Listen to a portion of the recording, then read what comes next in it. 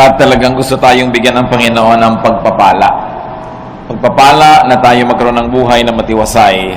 Sa panahon na ito ng stress, anxiety, and fears that could lead even to grave depression, one of the greatest skills that people could know and master is how to rest and relax. Marami mga sakit ang mga tao dahil lang hindi sila napapahinga, hindi sila payapa, naguguluhan sila, tumataas ang presyon, nasisira ang bodily functions because of the lack of capacity to rest. Indeed, there's a lot of reason to be anxious. There's a lot of reason to worry, but then again, what do you get out of anxiety and worrying? Importante po yan at yan ang pag-aaral natin ngayon bilang mga taong dapat spiritually led and spiritually blessed. How to rest and relax. Dear God, we thank you that you are the God of rest and you want to give us rest. Enable us to understand your will for us, for our bodies, for our minds, and our emotion.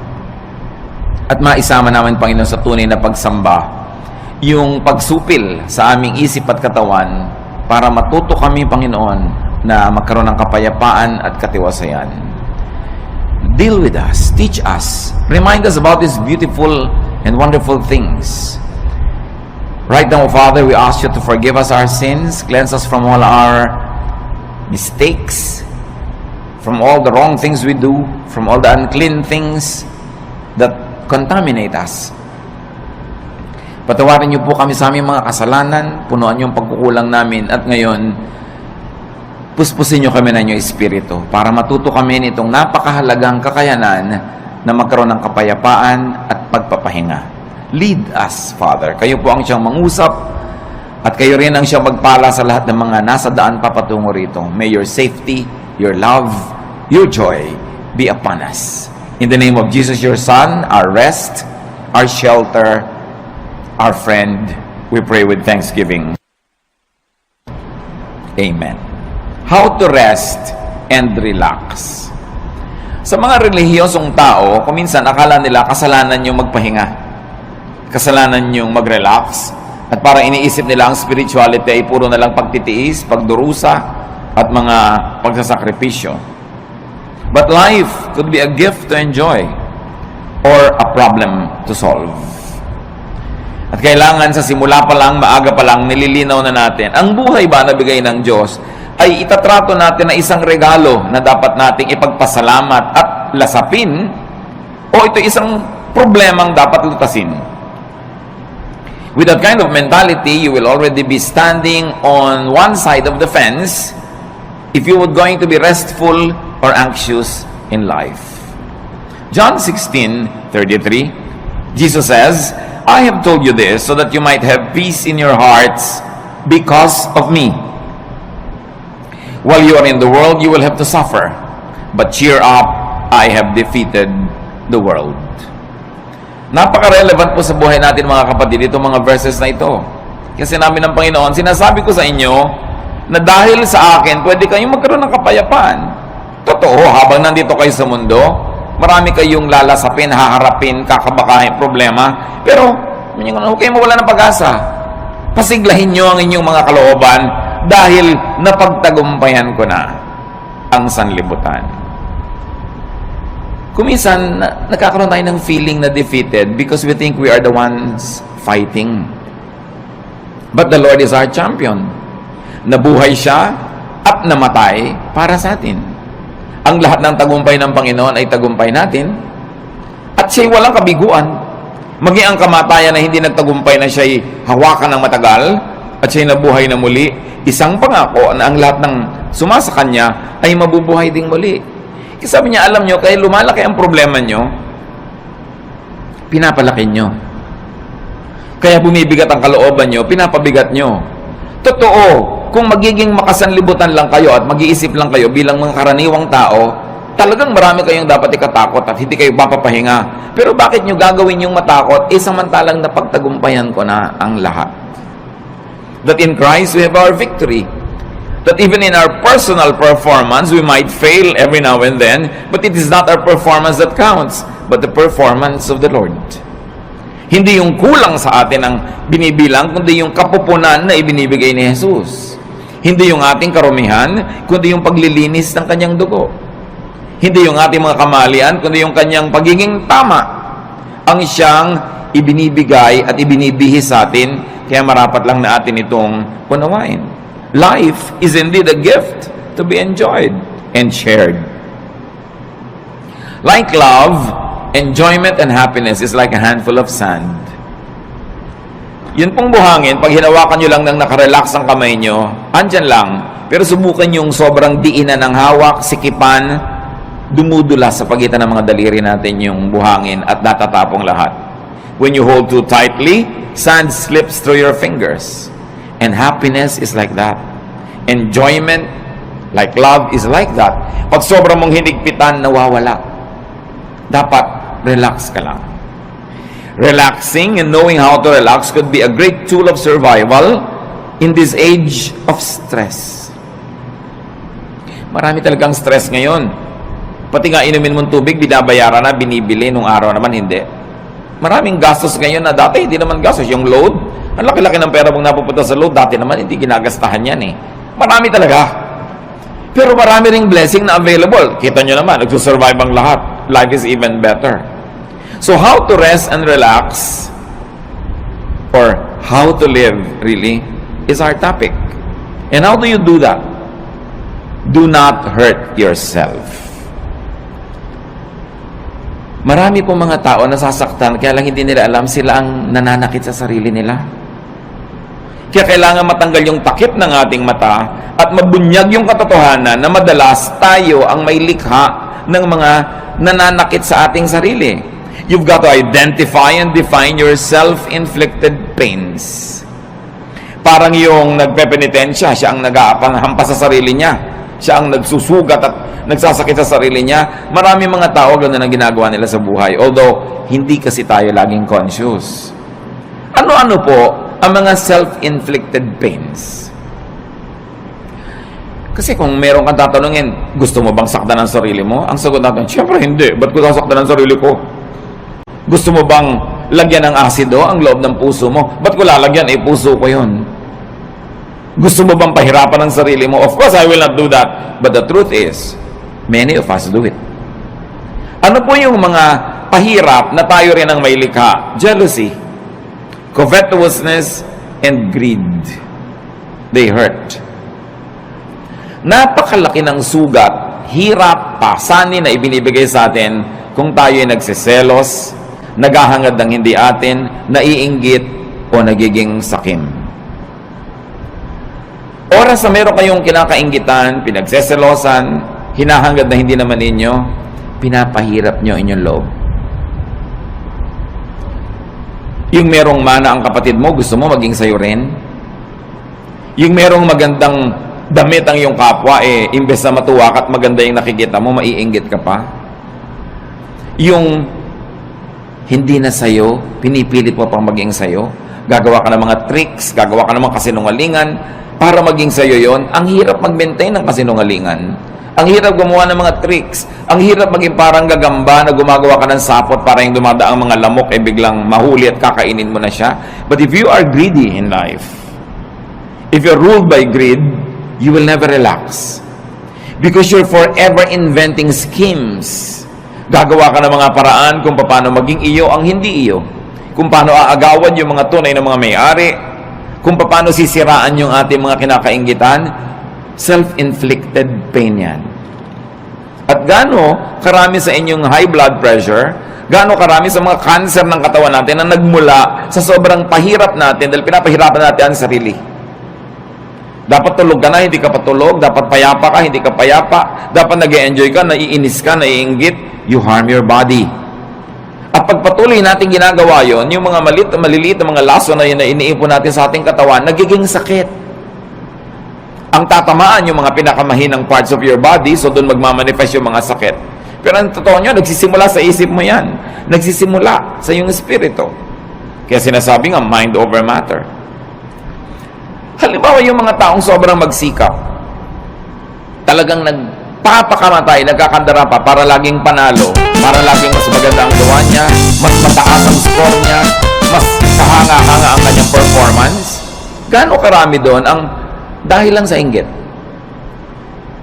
Sabi sa Ecclesiastes 4:4, "Then I realized that we work and do wonderful things just because we are jealous of others. This makes no more sense than chasing the wind." Si Solomon nagsasabi na pagtanto ko na ang dami nating ginagawang kadakilaan, ginagawa lang natin dahil inggit tayo sa iba. At gusto nating maging mas dakila tayo. Halimbawa, although hindi ko naman talaga alam ang intensyon ng mga gumawa nung malaking pinakamataas na building sa Dubai. Ang taas ng building para lang masabing nasa kanila yung highest building in the world. But what is the context of a tall building? For instance, in Manhattan, in New York. Kasi wala nang space, itataas ba na itataas yung building mo? Kasi wala nang space. Pero sa Dubai, na ang lapad-lapad ng disyerto, na kahit ihiga mo yung building, ang haba-haba, everything is first floor, ang ginhawa sa lahat, pwede dahil may space, ba't mo tataasan para ka lang maging tallest building in the world? O ano nangyari sa kalagitnaan ng proyekto, bumagsak ang ekonomiya. So ngayon, kinailangan iligtas sila nung kabilang state para matuloy yung project, napalitan yung pangalan. So, ano pa ang mga pinagagagawa natin? Halimbawa, yung mga estudyante, bakit marami sa mga magulang tinutulak ang anak na tumaas ang grade? Dahil gusto ba nating tumalino siya? O dahil gusto lang nating matalo niya yung isang kakompetensya sa grade? Bakit kailangan ang laki-laki ng TV mo? Ang liit ng bahay, lampas na yung TV sa dingding, nakikita na ng kapitbahay yung gilid. Bakit kailangan? Kasi malaki yung TV ni Kumare. Bakit kailangan mas malaki ang hikaw mo? Dahil ba talagang yung tenga mo, kailangan niyang paglambitin na ng mga mabibigat na hikaw? O mayroon kang kakompetensya. Bakit kailangan mas maliit ang baywang mo?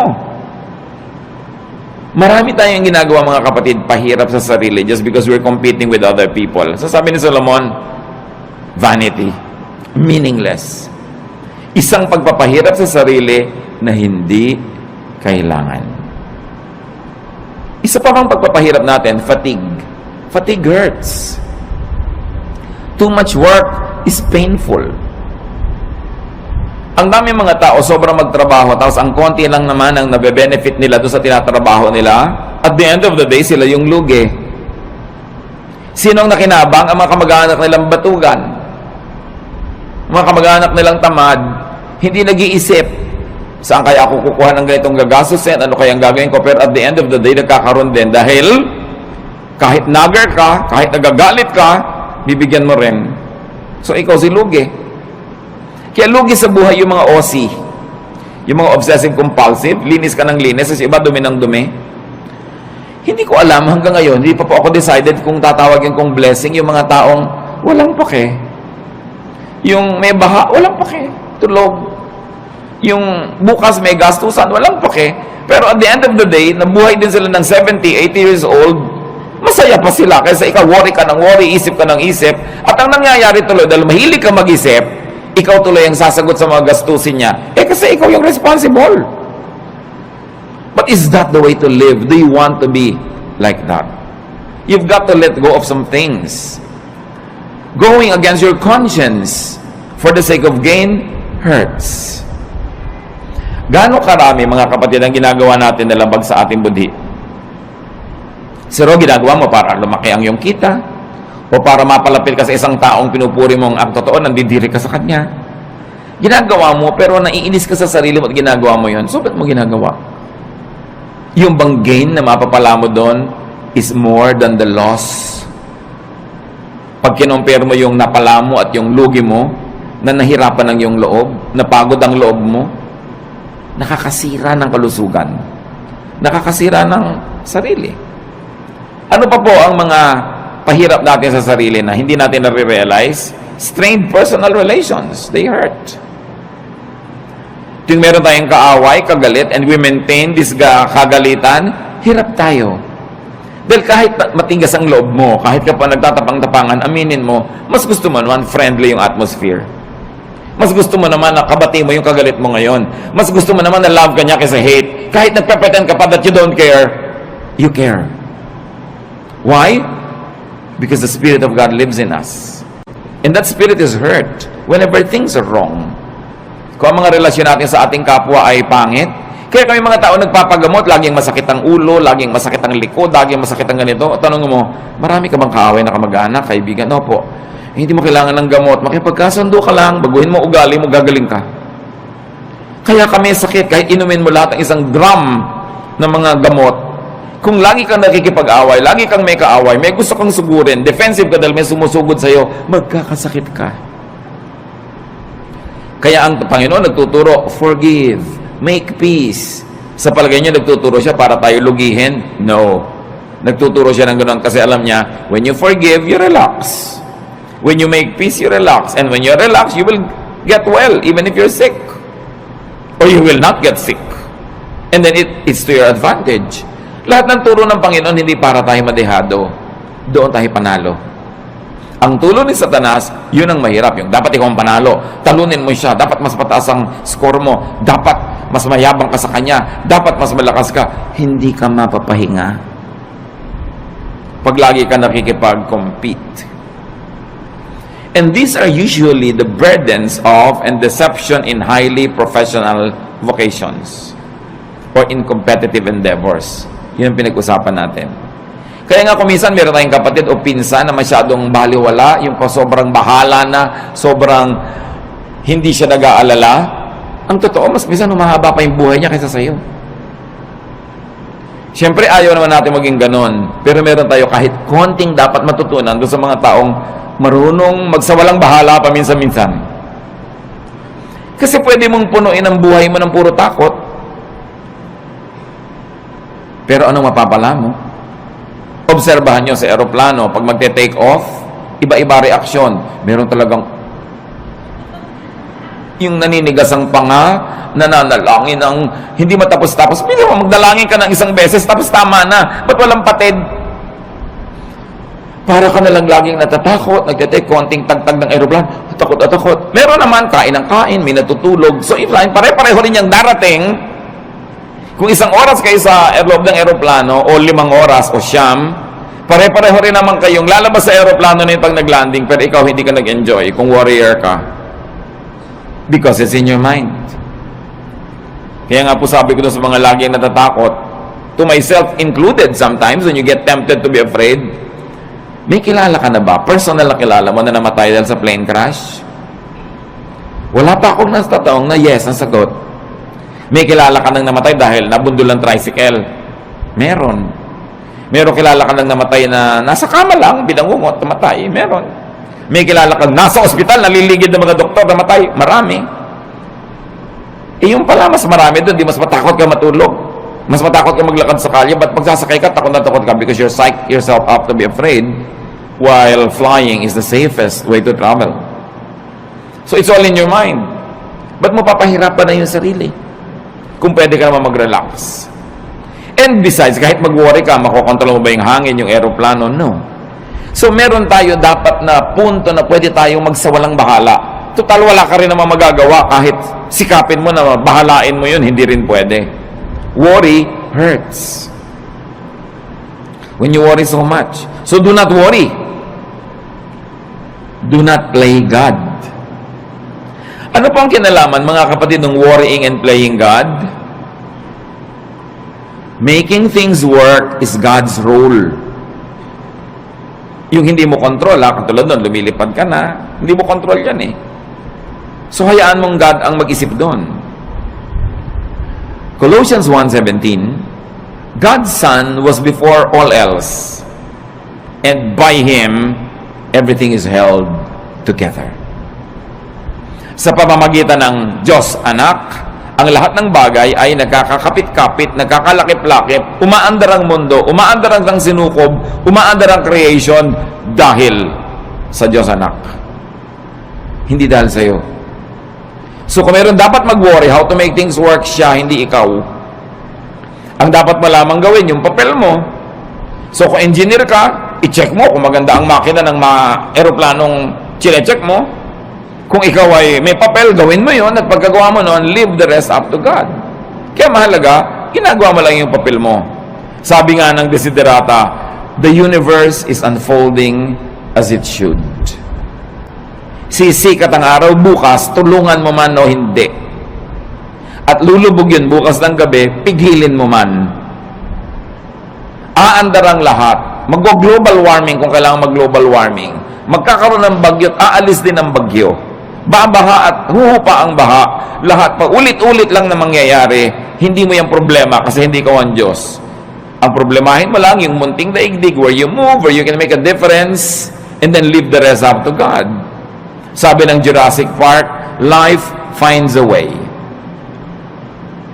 Mga magulang, nag-aalala tayo. Naku, yung anak ko aaten ng picnic, baka mahulog. Mangangunyapit yun. At pag nahulog na yun, aahon uli yun kung saan man siya nahulog. Baka siya malunod, lalago yung pilit. No?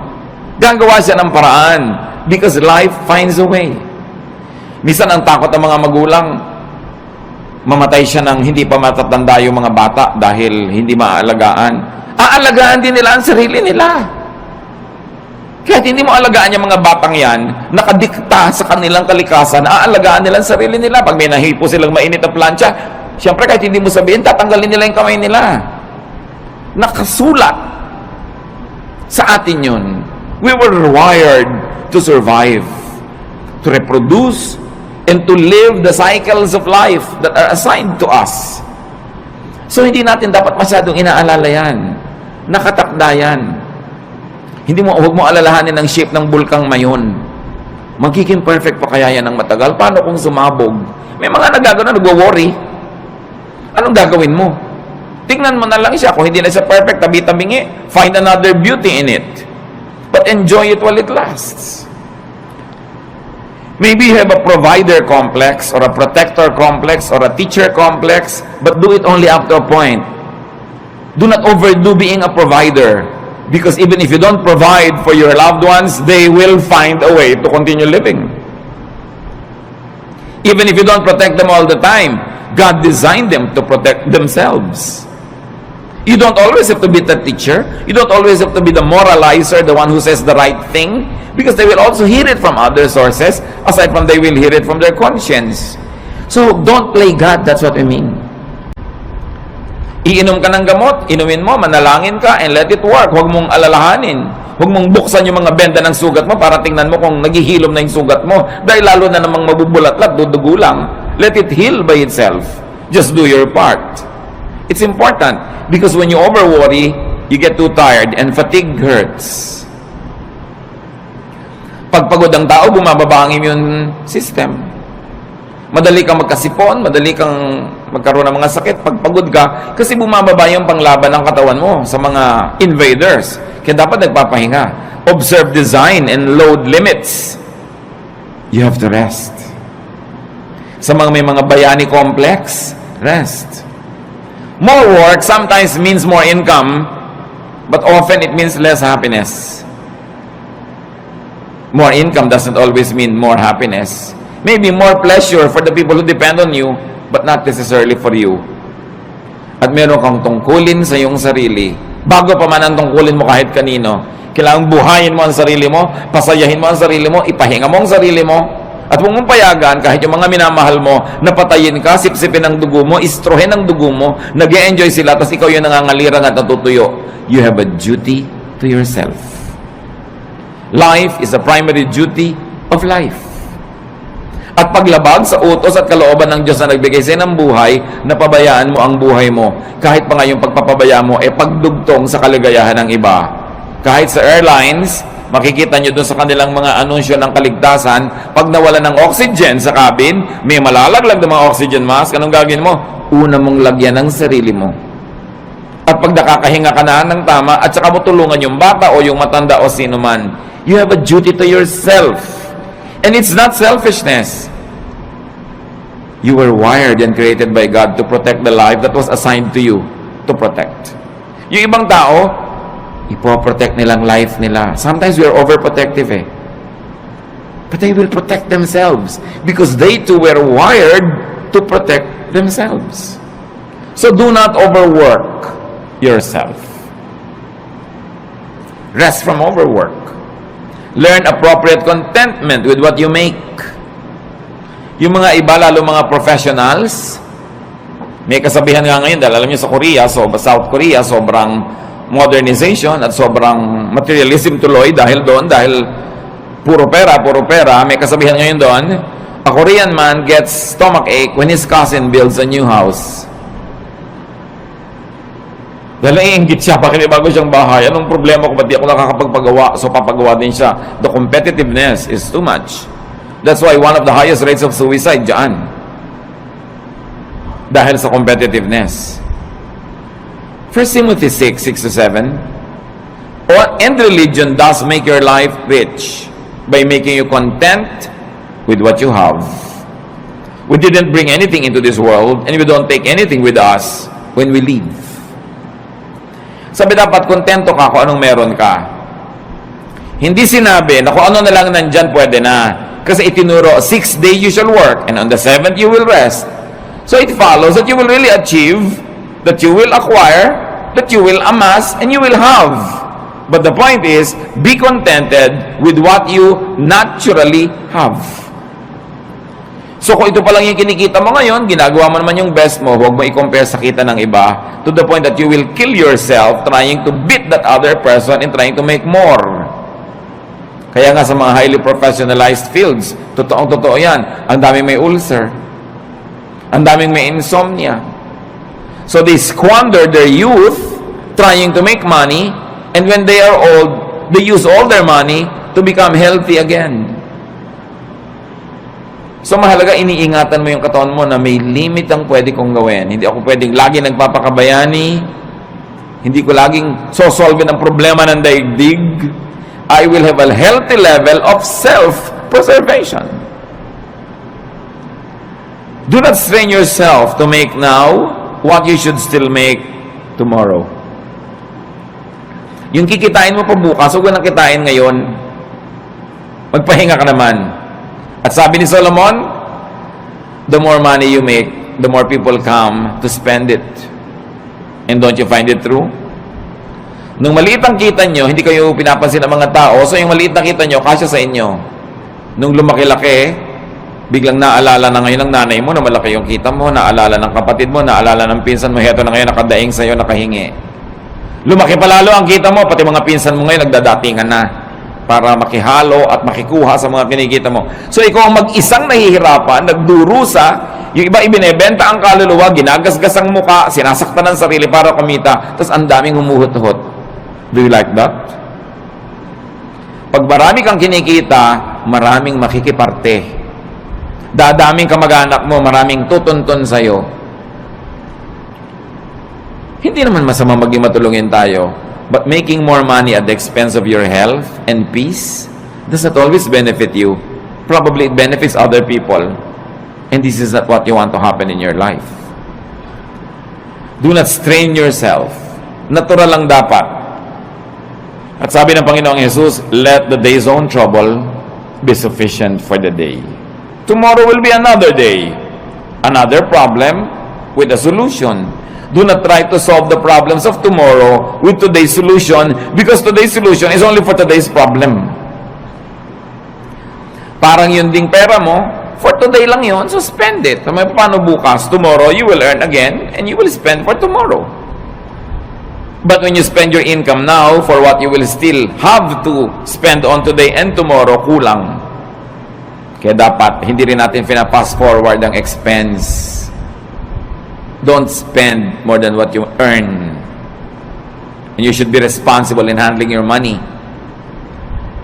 Kasi para hindi ka ma-stress at para hindi ma-stress ang mga mahal mo sa buhay. Kasi kung minsan sobra kang relaxed, kaya namang pala nagkakaganon ang sobrang nahihirapan yung kasambahay mo. Magkakapera ka, gagastahin mo sa walang kwenta. Pagdating ng bill ng kuryente, ng tubig, itong kasambahay mo nagbabayad. So, ang pinag-uusapan natin mga kapatid is how to rest and also how to let your loved ones rest. And that happens only when you are responsible. So, responsible enough tayo. Do not be overly competitive, but don't also be overly sacrificing for others. Yung sobrang pagsasakripisyo para sa kapwa, hindi yan turo ni Jesus. Turo lang yan ang simbahan kumisan. Mark 6:31, a very interesting episode in the Lord's ministry. But so many people were coming and going that Jesus and the apostles did not even have a chance to eat. Then Jesus said, let's go to a place where we can be alone and get some rest. Sasabihin na ba, very un-Jesus yata?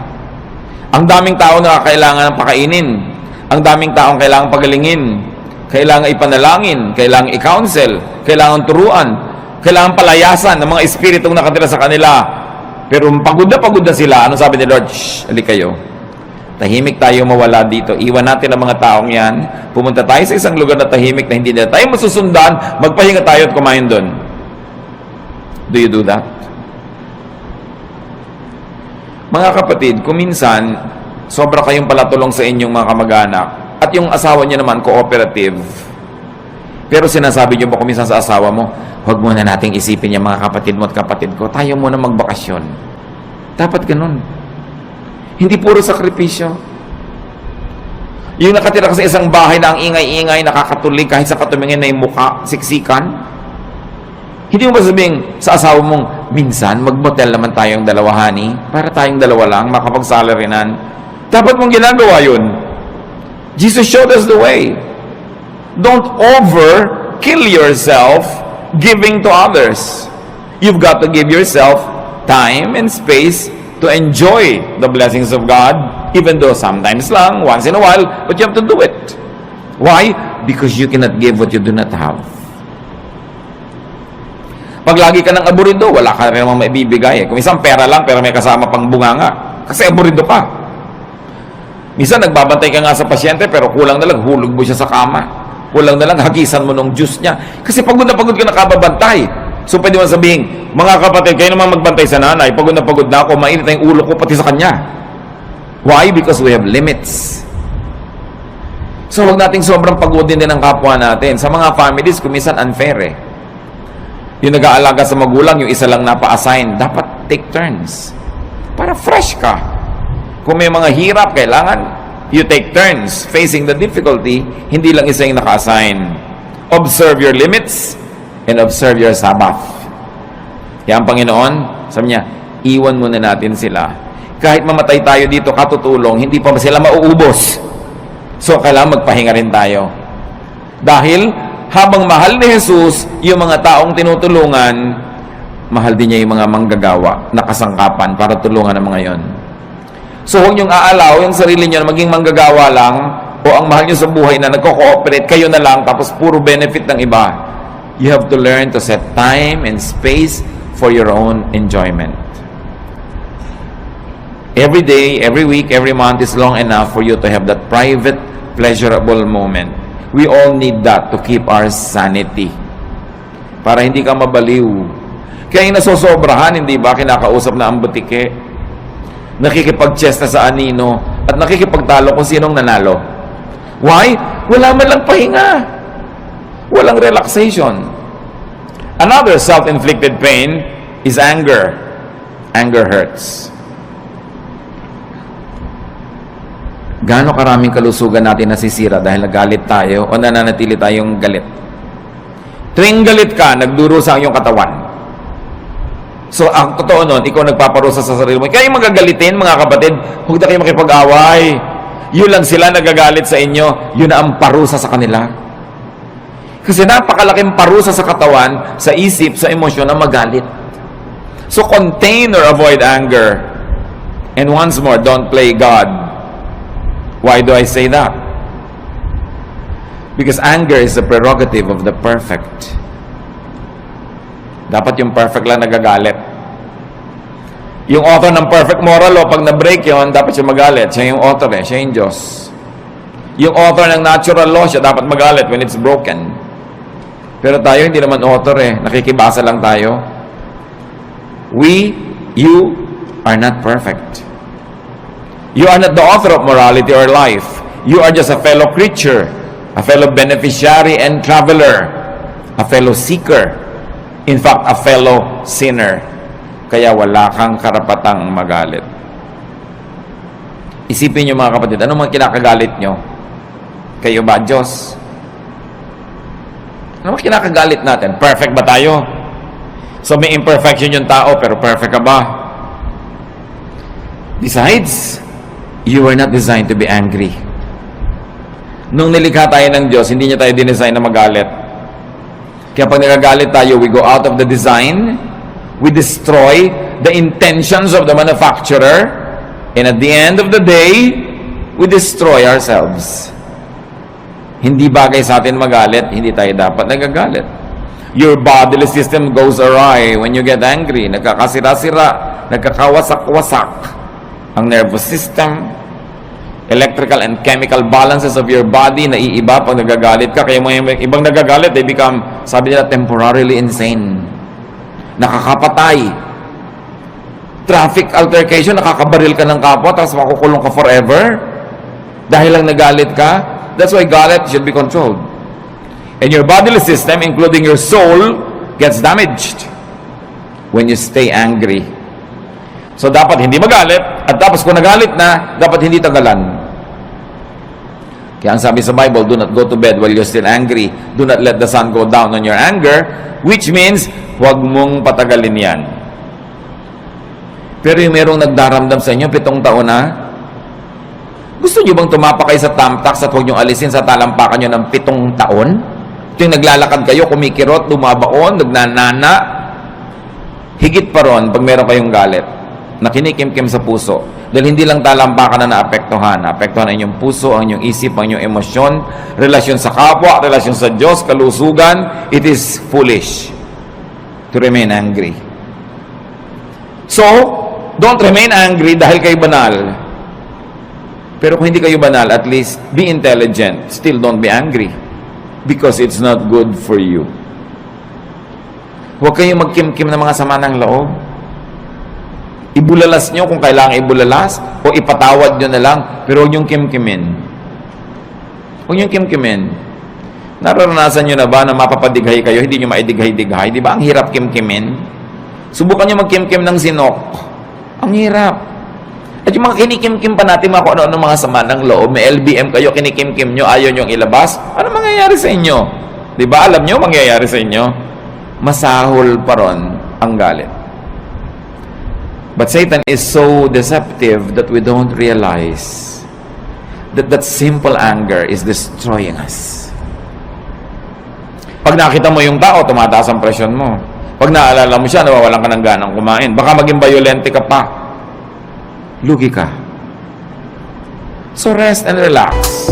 Rest your body, your senses with pleasure and beauty. Kaya kailangan natin ng kagandahan. Kailangan natin ng kasiyahan. Observe the human body. It's really a fun machine. Pag tinignan mo ang bawat bahagi ng iyong katawan, it's a fun machine. It was designed for sensual experience, which religion demonizes, but the law of nature is the purest law of God. So ginawa ka niya ang body mo na may mga kiliti, may mga saya. Bakit pagka iinom ka, mayroon pang masarap na temperature? Pagkakakain ka, may masarap na lasa. May tamang alat, tamang asin. Bakit pag may tinitingnan ka, dapat maganda yung shape, tama yung kulay. Pag may pinapakinggan ka, hindi noise, dapat music. Bakit nilagyan tayo ng Panginoon ng iba't ibang senses for us to enjoy those senses? So, you relax your body with beauty. Nililinis mo ang bahay mo para maganda, mabango. Nililinis mo ang kapaligiran, inaayos mo. It's great therapy. Please your eyes, your ears, your palate, your face, your nose, your skin, your body is not ungodly. Why? Because our spirit lives in this body. Kung ang gusto ng Panginoon, spirito ka na lang, di dapat sa makabilang buhay ka na. Tanggalin na yung spirito sa katawan, pero inaalagaan natin yung katawan. Akala ng iba, pag relihiyoso ka, ini-ignore mo yung katawan mo. Taking care of your body is one of the highest forms of spirituality. Because your body is a gift from God. It is even called temple of the Holy Spirit. Do you want the temple to be ugly? Do you want it to be disorderly? That's not what you want for your temple. Psalm 139:14, and I praise you because of the wonderful way you created me. Everything you do is marvelous. Of this I have no hope. people. Humans will be humans. And it's not wrong to be human because we were created to be so.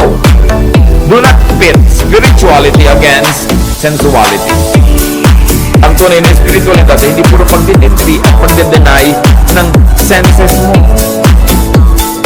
Inilagay yan for your enjoyment. It is a gift. And in fact, the senses are also doorways to the spirit. Marami mga sensual experiences nagiging pinto para pumasok ka sa spiritual world. Halimbawa, ang ganda-ganda ng worship singing. Di ba natidinig yun ang tenga? But because you hear it and it's beautiful, you are transported in a spiritual way to the point that you say, I heard God. I saw God. I felt God's love. I was ministered to. Na-blessed ako. Tenga pa lang yun. Kaya napakalaking krimen sa mga musicians sa church na hindi nagpa-practice. Kasi, paano mo itatransport yung mga tao to a spiritual level kung tulog mo pa lang, nayayamot sila dahil mali. So, imbes ikaw makalimot sa sarili at madala ka sa spiritual level, hindi ka makalimot-limot dahil kitang-kita mo, dinig na dinig mo yung mali. Nagiging critical ka patuloy, nagiging palapintas, nagkasala ka pa. Pero kung maganda talaga yung music, there was a long stretch in my spiritual life na ang talaga nagdala lang sa akin, mga kapatid, kanta ng choir. Umaaten ako ng church na yun ng kung ilang taon, nung isang attendee ako. Bihira naman ako talaga mabless sa message. Boring talaga. Bihira talaga ako mabless sa ibang nakikita ko, pero inaabangan ko lang yung kanta ng choir, and that sustained me for a long, long time. It was enough food for me. But can you imagine kung maganda na yung kanta ng choir, maganda pa yung message, mabait pa yung kapatiran, mabango pa yung church, maayos pa lahat? Grabing, maraming pinapasukan sa senses natin yung blessing ng Diyos. Kaya hindi ba may aromatherapy? Pagpupunta ka sa mga spa, ano pong gusto nyo? Yung nakakapagpahinga, yung nakakagising, yung nakakatulog, kung ano-anong maipapaamoy sa'yo, pipili ka ng scent, because through the nose, the spiritual world becomes real. Kaya kung nakatira ka sa mga lugar na ang baho-baho ng paligid, di ba away ng away ang mga tao doon? Kasi pag amoy mo, nasa utak mo na agad yung baho. So palagay mo, kung puro baho ang naaamoy mo, babait ka? Ang hirap. So you don't deny the senses and use the senses to rest. So kung makikinig ka ng magandang music, may naaamoy kang mabango, may nakain kang masarap, kahit hindi mahal, mapapahinga ang katawan mo. At yung pahinga na katawan, tinatahanan nyo ng espiritong payapa. Kahit gaano kataas ang espiritu mo, kung nasan yung katawan mo, dun yun pupunta. So kung ang baba-baba ng level ng katawan, nahihila niya pababa yung spirit. Kaya sinasabi, the spirit is willing, but the body is weak. So the body has to be strengthened. With pleasure, with rest, with cleanliness, with righteousness. So indulge your senses. It's an act of union with your Maker. Kung gustong makipagniig sa atin ng Diyos, diyan siya pumapasok sa mga pinto na yan, sa senses natin, at sa ating brain. Kaya yan ang maraming paraan para tayo makakonekta sa Spirito. Your body, after all, is a temple of the Holy Spirit. Ecclesiastes 8:15. So I think we should get as much out of life as we possibly can. There is nothing better than to enjoy our food and drink and to have a good time. When we can make it through, then we can make it through this troublesome life that God has given us here on earth. Ano sinasabi ni Solomon na pinakamatalinong tao sa lahat? You must get the most out of life. You must get the most pleasure. You must get the most fruits. Eat the best when you can. Listen to the best. Have the best. Sabi niya, there is nothing better than to enjoy good food, a good drink, a good time. Why? Because life has a lot of troubles. It had a lot of troubles, it's having a lot of troubles, and it will present a lot of troubles. Iba na yung pinatatag ka na ng napakaraming magagandang karanasan, pampatibay sa'yo, pagka ikaw ngayon ay pinupukol, binabato, itinutulak, ginigiba ng mga pangit na karanasan, meron kang pagkukunan sa iyong alaala ng mga masasarap na mga kanaalaala, payapang mga moments in your life, and it will strengthen you. Kayo mga bata na pinalaki sa kalupitan, sa palo, sa walang pag-ibig, usually buong life halos disoriented sila.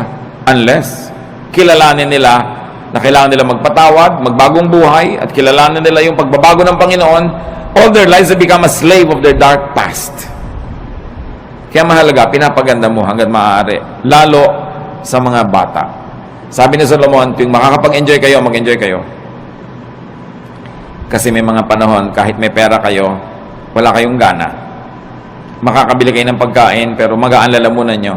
So ngayong may pambili kayo at meron kayong gana, eat.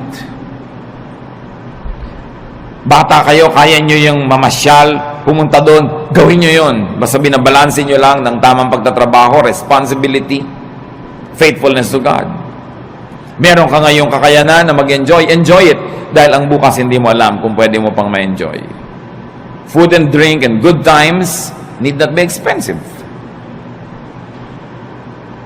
Food and drink and good times need not come from damaging toil and overwork, and it need not be paid for with a damaged body and a bruised soul.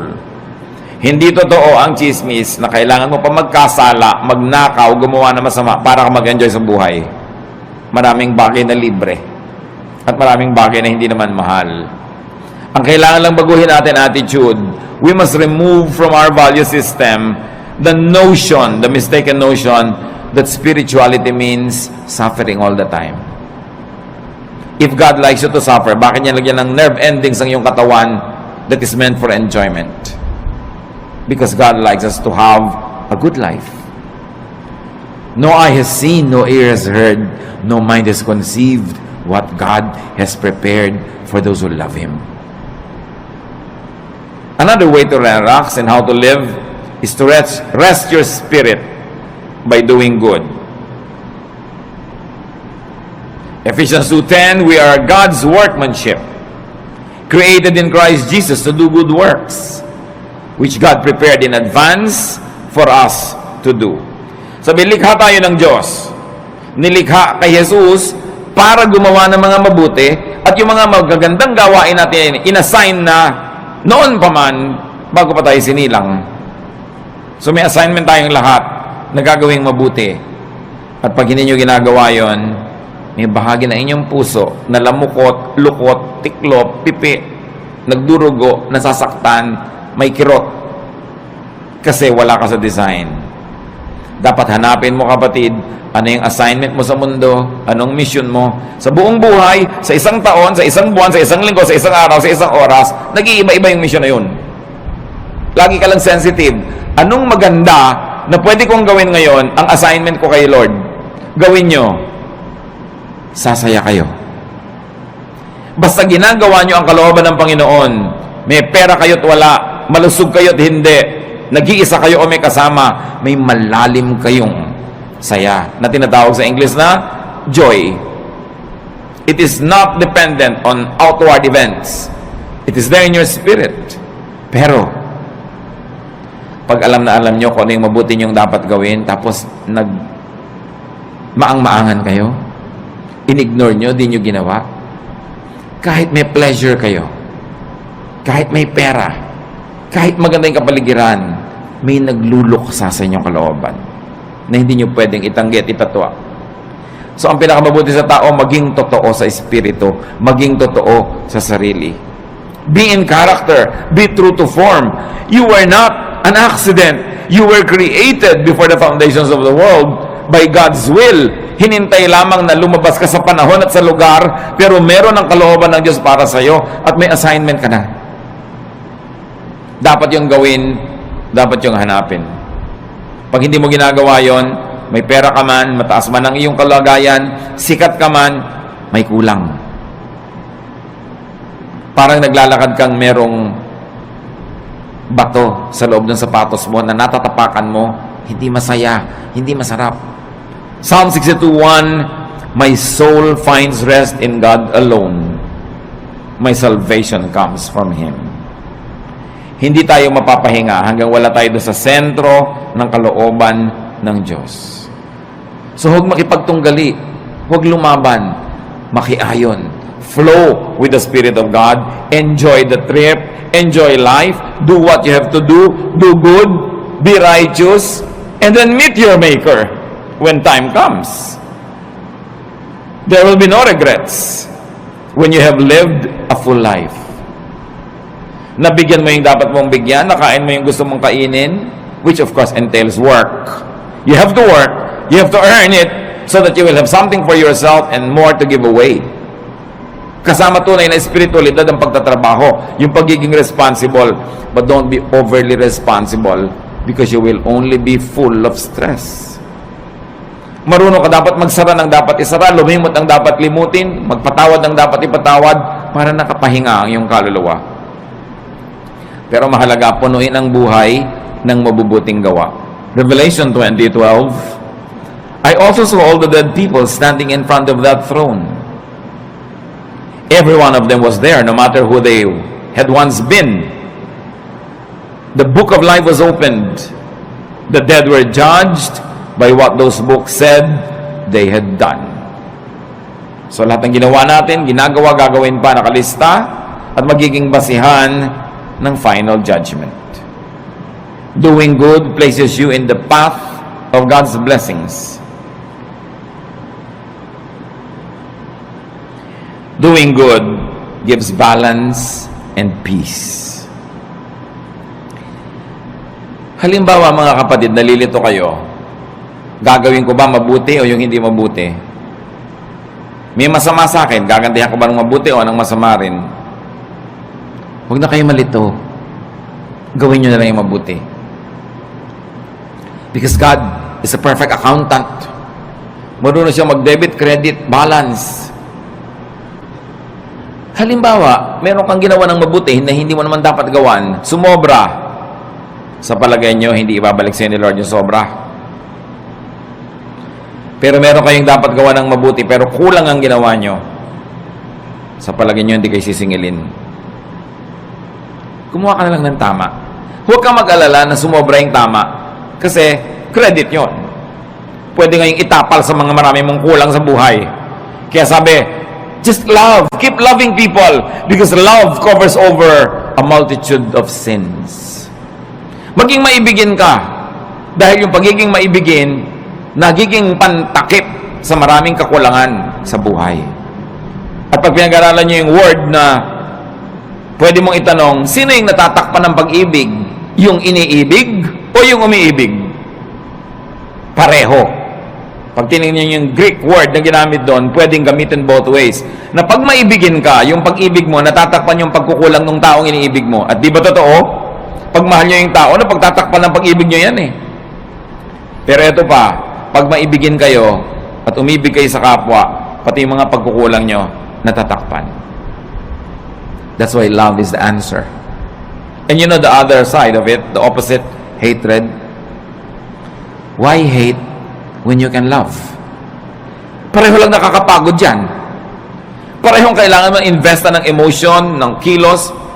Mas nakakapagod pa nga to hate. Pwede kang sumimangot, pero pwede ka rin ngumiti. Mas maraming muscle ang ginagamit pag naninimangot, kaya mas tatanda ka. So ngumiti ka na lang. Why do wrong when you can do right? It's not even a choice. It is so obvious that it should not even be a choice. So doing good places you in God's blessings. And doing good is powerfully therapeutic. Naman dumarating yung panahon mga kapatid na naiinip kayo, nalulungkot, nababagabag, na-stress, kaka-nervous breakdown, nagkakaroon ng panic attack. Do good. Therapy yun. Kesa mag-book mo kayo sa bahay, mainip, maghanap kayo ng magagawa para sa kapwa na mabuti. At sa pagbuhat nyo ng mga bigatin ng buhay nila, nakalipas ang maghapon, hindi nyo napansin, pati yung sarili nyong bigatin, nailampas na rin na itawid. Always do good. So rest and relax. Ecclesiastes says there is a time for everything. Work correctly, rest correctly, plant and harvest what you plant, and enjoy the harvest and share the harvest with people. In being kind, don't be unkind to yourself. allow and let and help others rest and relax. Huwag niyo lang po i-apply sa sarili niyo yon. Dapat din kung may duty ka, gawin mo yung duty mo para yung kapwa mo makapag-relax din. Pag mga bantay kayo, hindi ka nagbantay, di doble ang trabaho ng iba dahil yung pagpapabaya mo, kailangan nilang takpan. Mag-asawa kayo, responsable ang lalaki. Pag irresponsable yung babae, yung lalaki has to work double. Napapagod siya kasi nagpapabaya yung babae. Ganon din yung lalaki. Pag lalaki ka, hindi ka responsable, hindi mo ginagawa ang tungkulin mo, inoobliga mo yung asawa mong babae na siya ang gumawa ng dapat ikaw ang gumagawa. And it's unfair, it's unkind, and it will get back to you. Hindi ka man gantihan ng asawa mo, gagantihan ka ng langit. Again, because God is the greatest accountant. Debit, credit, balance. Magbabayad at magbabayad ka. Sa pagpapahinga natin mga kapatid, tiyakin ninyo na hindi naman kayo nagiging pabigat sa iba, baka sobrang pahinga na yan. Kailangan responsible ka. And you must let others rest too by being responsible. Ama namin sa langit, salamat sapagkat pwede kami magpahinga. Maraming dahilan para kami mabahala, maguluhan, malito. Pero may isang dahilan para kami makarelax at kayo yon. You are our God, you are our Creator. You're the author of life. You're God of heaven and earth. And you love us. Because of that, you guide us, you teach us, you correct us, and you balance our lives.